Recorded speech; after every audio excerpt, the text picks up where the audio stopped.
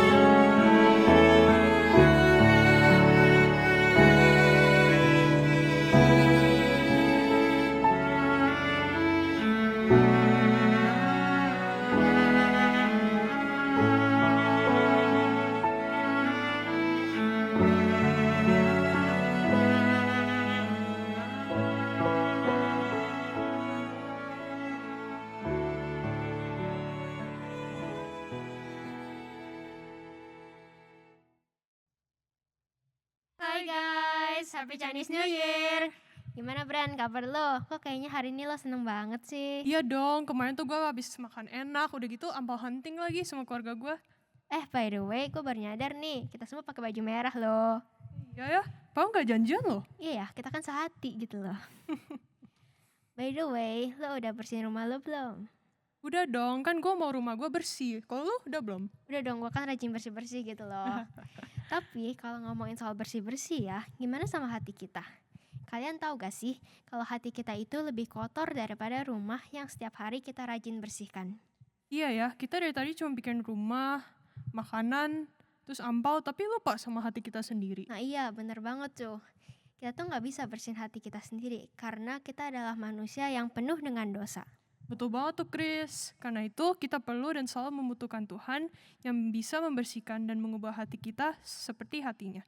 Teman-teman, mari kita meminta Tuhan untuk mengubah hati kita agar setulus dan seputih hatinya. Mari sama-sama kita menyanyikan pujian ini sebagai permohonan kita. Jadi seperti ini.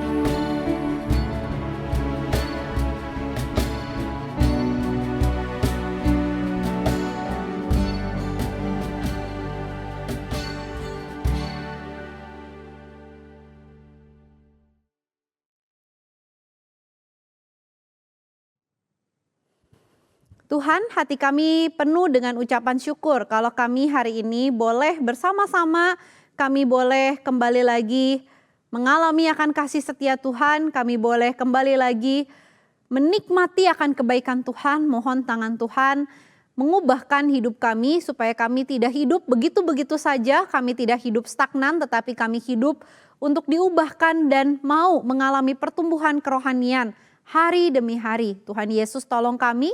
Ini doa kami hanya di dalam satu nama Tuhan kami Yesus Kristus. Kami bersyukur dan berdoa. Amin. Ya teman-teman, hari ini gue mau bacain satu bagian firman Tuhan. Yesaya 36 ayat 26 sampai 27, demikian firman Tuhan.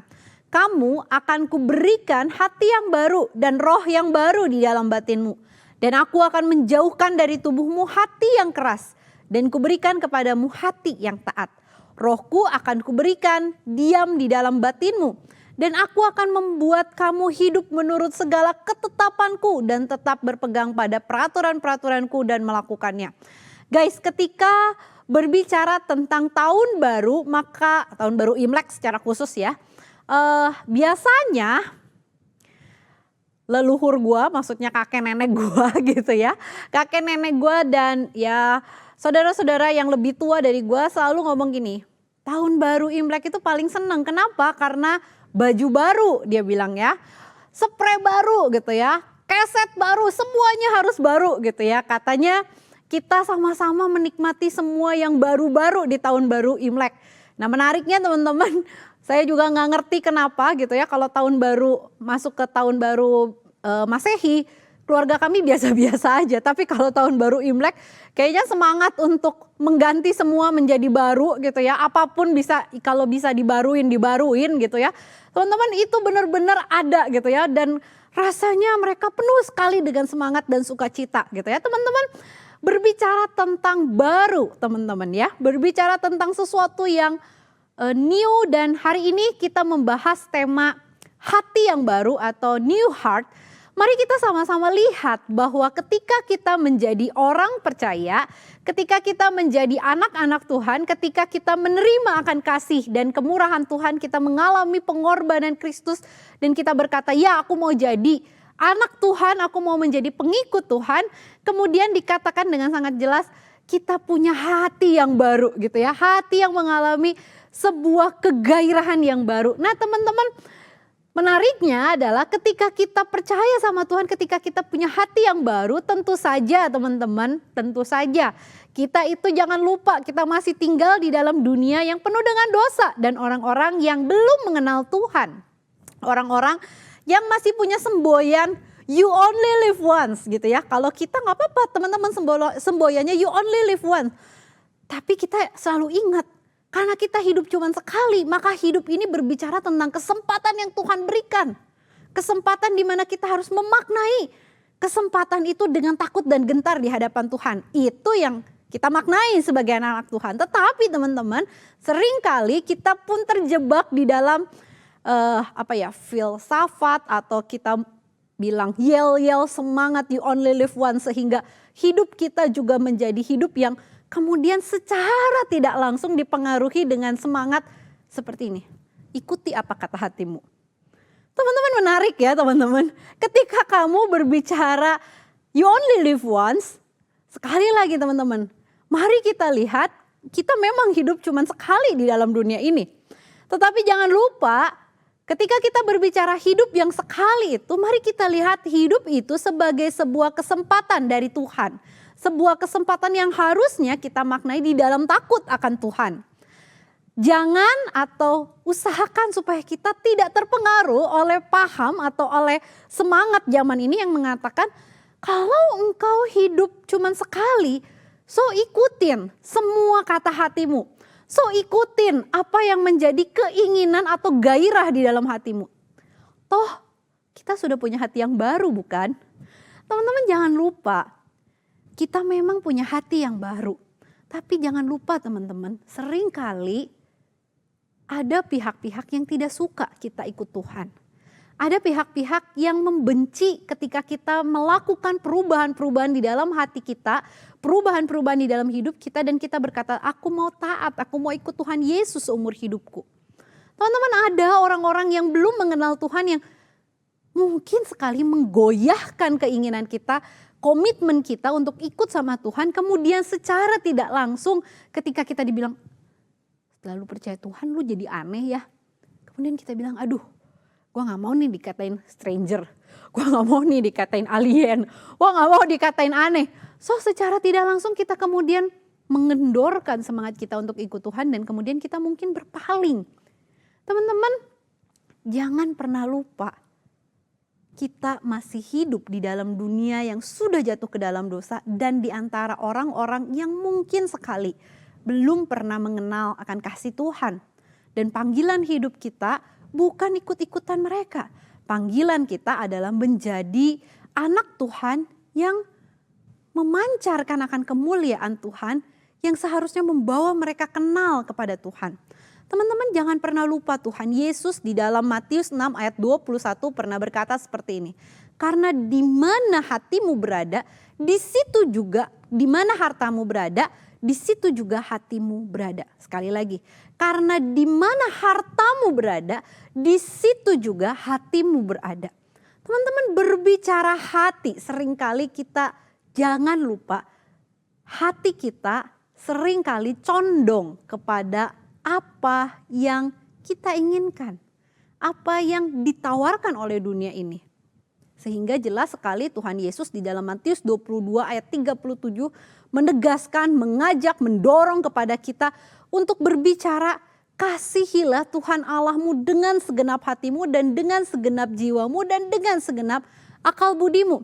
Guys, Tuhan tahu ketika kita berbicara tentang hati, kita punya kecenderungan menginginkan segala sesuatu yang nampaknya kelihatannya enak, menyenangkan, glamor, dan menggiurkan gitu ya. Sehingga secara tidak langsung hati kita yang seharusnya taat kepada Tuhan belok gitu ya. Yang hati kita harusnya mengarah kepada Tuhan, memancarkan kemuliaan Tuhan, kita justru kesilauan dengan kemegahan, kemuliaan, dan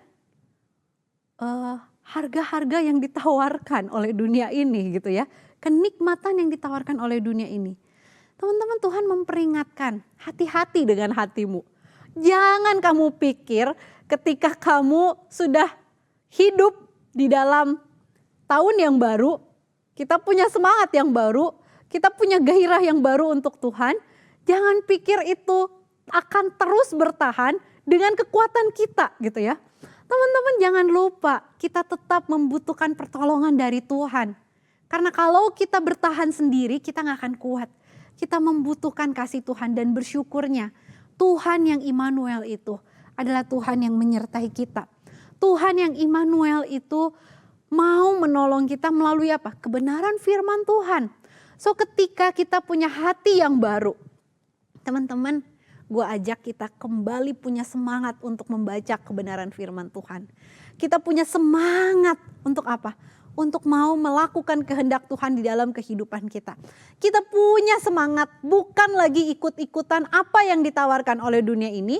Bukan lagi menginginkan apa yang ada di dalam dunia ini. Sehingga hati kita fokusnya cuma ke sana. Tetapi mari di tahun yang baru kita punya hati yang baru. Untuk apa teman-teman? Untuk mengasihi Tuhan dan memancarkan kemuliaannya. Teman-teman, you only live once. So maknai hidupmu dengan hidup di dalam anugerah Tuhan. Maknai hidupmu untuk terus mencintai Tuhan. Maknai hidupmu bukan hanya untuk ngikutin apa maunya atau apa keinginan hati kita saja. Tetapi mari teman-teman, kita hidup, you only live once. Hidup yang berkenan di hadapan Tuhan. Teman-teman jangan lupa teman-teman. Tuhan tidak pernah merancangkan hati kita. Itu ya, tidak pernah merancangkan hati kita. Kemudian kita ikut-ikutan hati kita doang gitu ya. Tetapi jangan pernah lupa teman-teman, satu hal di dalam kehidupan kita. Kita dirancang untuk merindukan, untuk menginginkan dan untuk terus semakin digairahkan mencintai Tuhan, mencintai kebenaran firman Tuhan sehingga hidup kita menjadi hidup yang penuh makna. Teman-teman, di tahun yang baru, tahun baru Imlek maksud saya ya. Kita kan sudah melewati bulan Januari ya. Menarik ya teman-teman, bulan Januari kemudian bulan Februari kita masih digaungkan tentang hati yang baru. Yuk teman-teman, gue ajak kita sama-sama mikir. Kita sama-sama berefleksi di hadapan Tuhan yang Maha Tahu dan yang tahu isi hatimu. Apa sih hal-hal di sekitar kita yang seringkali membengkokkan hati kita? Yang tadinya kita udah berkomitmen untuk taat sama Tuhan. Mau baca firman Tuhan. Tapi kemudian kita bilang, aduh bentar lagi. Dan kemudian bye-bye deh gitu ya. Kita lupa hari demi hari kita berlalu gitu ya. Pengennya sih baca Alkitab tapi pada akhirnya kita kendor gitu ya. Kita belok deh hati kita gitu ya. Kita malah kalau mau dibilang ngikutin apa maunya mata kita dan apa maunya hati kita. Kayaknya episode demi episode belum selesai nih dalam satu season.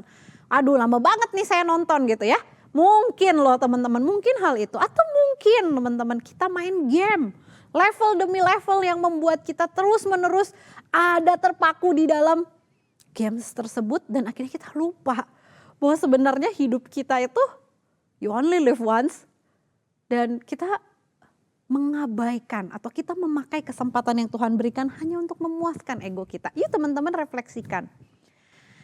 Apa sih atau hal apa sih di dalam hidupmu yang seringkali dengan mudah membelokkan hatimu, membelokkan keinginanmu yang harusnya berfokus kepada Tuhan, jadi berfokus kepada hal-hal yang ada di sekitar kita. Kalau teman-teman tahu, tuliskan itu dan bilang, Tuhan tolong saya. Tuhan tolong saya. Supaya saya bukan fokus kepada hal-hal ini, tetapi fokus kepada Tuhan. Yuk teman-teman, kita ambil waktu di hadapan Tuhan.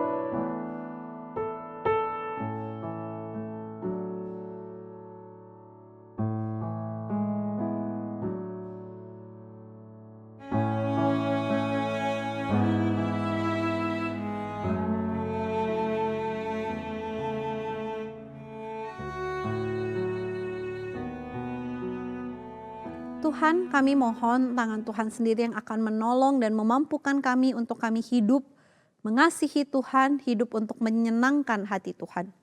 Tuhan Yesus tolong supaya di dalam kehidupan kami bertumbuh di dalam pengenalan, di dalam kerinduan kami, dan kegairahan untuk hidup yang memperkenan hati Tuhan. Tolong kami Tuhan, supaya kami mau punya hati yang baru. Di tahun yang baru, kami mau punya hati yang baru, punya semangat yang baru, dan punya cinta yang terus diperdalam kepada Tuhan. Terima kasih Tuhan, dalam nama Tuhan Yesus kami mengucap syukur. Amin.